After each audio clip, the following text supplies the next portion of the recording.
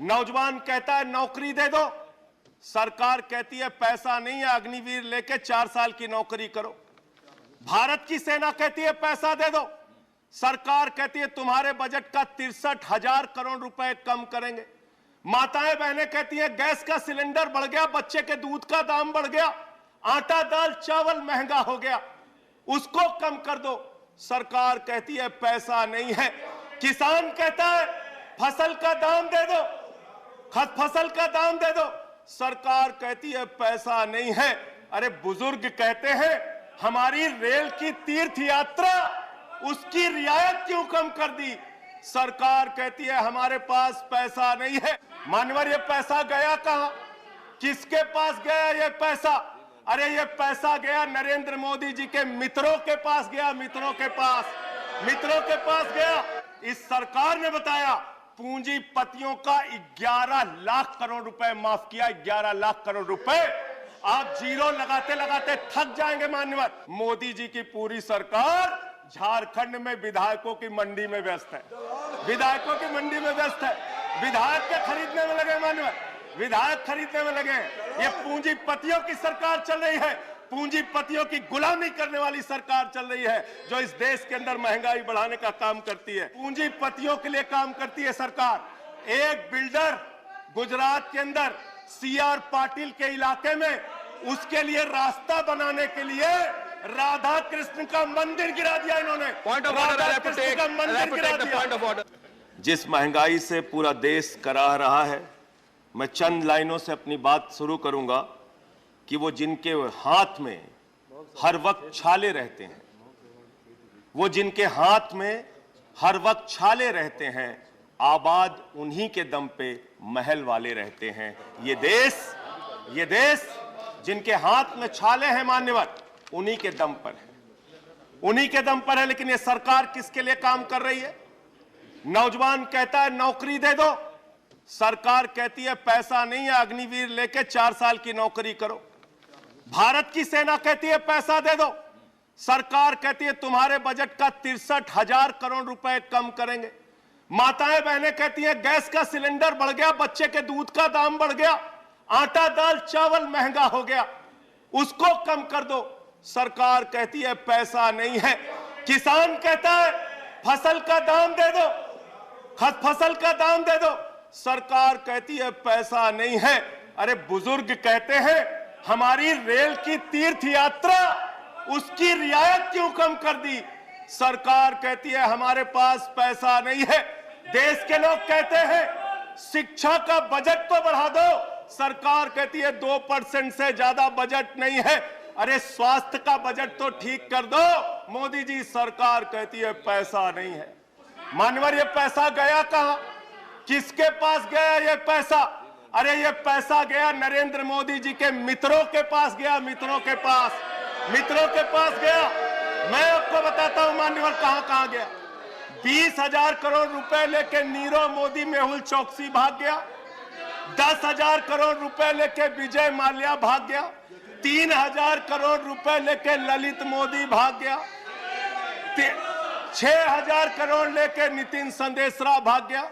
और ये मेरी जानकारी नहीं है, ये मेरी जानकारी नहीं मान्यवर, इस सरकार ने बताया पूंजीपतियों का 11 लाख करोड़ रुपए माफ किया, 11 लाख करोड़ रुपए। आप जीरो लगाते लगाते थक जाएंगे मान्यवर, इतना पैसा इन्होंने पूंजीपतियों को माफ किया। और इस सरकार को एक सनक है, इस सरकार को एक सनक है, मोदी सरकार को एक सनक है, उसको ये सनक है हमको अपने मित्र को अमीर बनाना है, हमको अपने मित्र को अमीर बनाना है, हमको अपने मित्र को दुनिया का सबसे बड़ा अमीर बनाना है। और मालूम है मान्यवर उसको कितना कर्जा दिया इस सरकार ने? 2.5 लाख करोड़ रुपए, 2.5 लाख करोड़ रुपए मान्यवर, 2.5 लाख करोड़ रुपए। जीरो लगाते लगाते थक जाएंगे। एक इंसान को 2.5 लाख करोड़ रुपए और बच्चे के दूध पे टैक्स लगाते हो, आटा दाल चावल पे टैक्स लगाते हो, हिंदुस्तान के गरीब आदमी का खून चूसने का काम करते हो। सरकार किसके लिए चल रही है मान्यवर? यह सरकार किसके लिए चल रही है? इसको ध्यान से हमें सोचना पड़ेगा। जब हम इसी सदन में किसान के काले कानून का विरोध कर रहे थे, हमें सस्पेंड करके बाहर कर दिया गया।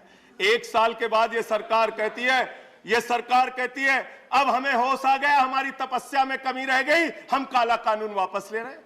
क्यों भाई, 1 साल पहले कानून वापस ले लेते तो 750 किसानों को शहीद नहीं होना पड़ता। आज एक छोटी सी बच्ची, 6 साल की बच्ची ने प्रधानमंत्री को चिट्ठी लिखा है मान्यवर। उसने लिखा है, मम्मी से जब पेंसिल मांगती हूं तो मम्मी मुझे मारती है, मम्मी जब पेंसिल मांगती हूं तो मम्मी मुझे मारती है। वो कीर्ति दुबे पूछ रही है मान्यवर, मोदी जी कहां है, मोदी जी कहां है। मैं उस कीर्ति दुबे को बताना चाहता हूं, मोदी जी की पूरी सरकार झारखंड में विधायकों की मंडी में व्यस्त है, विधायकों की मंडी में व्यस्त है। विधायक के खरीदने में लगे मान्यवर, विधायक खरीदने में लगे। ये पूंजीपतियों की सरकार चल रही है, पूंजीपतियों की गुलामी करने वाली सरकार चल रही है, जो इस देश के अंदर महंगाई बढ़ाने का काम करती है। गरीब के लिए खाने के लिए पैसा नहीं, 800 दवाओं पर, कैंसर की दवा पे, किडनी की दवा पे, टीबी की दवा पे आपने दाम बढ़ा दिया, आपने अस्पताल के कमरे तक पे दाम बढ़ा दिया। आपकी सरकार डीएचएफएल के लिए काम करती है। 34,000 करोड़ रुपए बैंकों का घोटाला डीएचएफएल ने किया और 29 करोड़ रुपए भारतीय जनता पार्टी को चंदा दिया है मान्यवर। इनसे हिसाब मांगना चाहिए। क्यों नहीं जाती ईडी इनके पास, क्यों नहीं जाती सीबीआई इनके पास, इनसे सवाल पूछना चाहिए मान्यवर।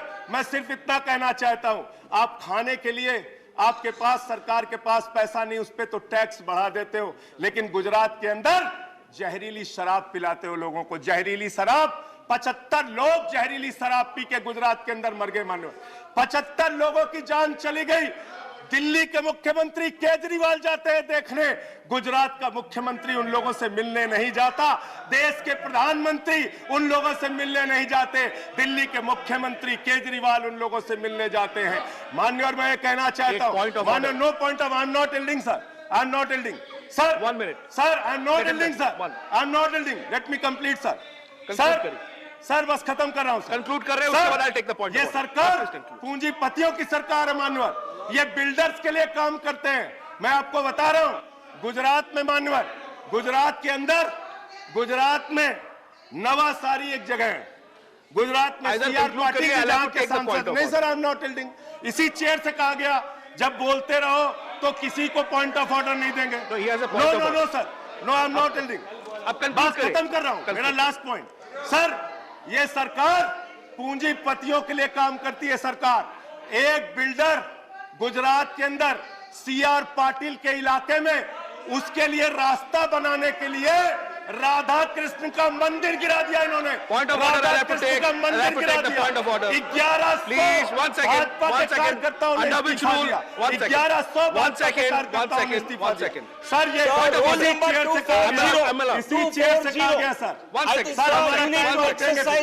हमारा टाइम आप देंगे sir, 240, no sir, please, chair से बोला गया, I'm allowing the point of order, point of order, sir, नहीं बोला गया, no sir, 1 second, point of order, 240, point of order नहीं ले सकते सर, जब ये बोल रहे हैं सदस्य कैसे 240, irrelevance or repetition. The chairman, after having called the attention of the council to the conduct of a member who persists in irrelevance or in tedious repetition, can ask the member to discontinue the speech. Sir, and most of what has been said here does not relate to the topic being discussed in the council, sir. Taking a point is taken. Sir, a lot of what has been said does not pertain to the I'm subject. taking a point. You made your point. Thank you. You made your point. Please sit down. बैठ जाओ sir, He's concluding. बस खत्म। Please. माननीय sir, इसी chair से कहा गया था, Conclude. एक सदस्य बोलता रहेगा तो किसी को पॉइंट ऑफ ऑर्डर नहीं देंगे। सर, खत्म कर रहा हूं सर, मैं ये कह रहा हूं, कल तक मैं ये कह रहा हूं, ये सरकार, कल तक ये दूसरा कानून था। हाँ ठीक है, बैठ जाओ, कंक्लूड करिए, बैठ जाइए, खत्म कर रहा हूं। कंक्लूड करिए। सर, मेरा समय खा रहे हैं लोग। सर, गुजरात में एक बिल्डर की सड़क बनवाने के लिए राधा कृष्ण का मंदिर गिरा दिया इन लोगों ने। कंक्लूड करिए। ये बिल्डर्स की गुलामी कर रहे हैं। Please conclude. Thank you. Vijay Sai Reddy ji, Shri Vijay Sai Reddy ji, yes please.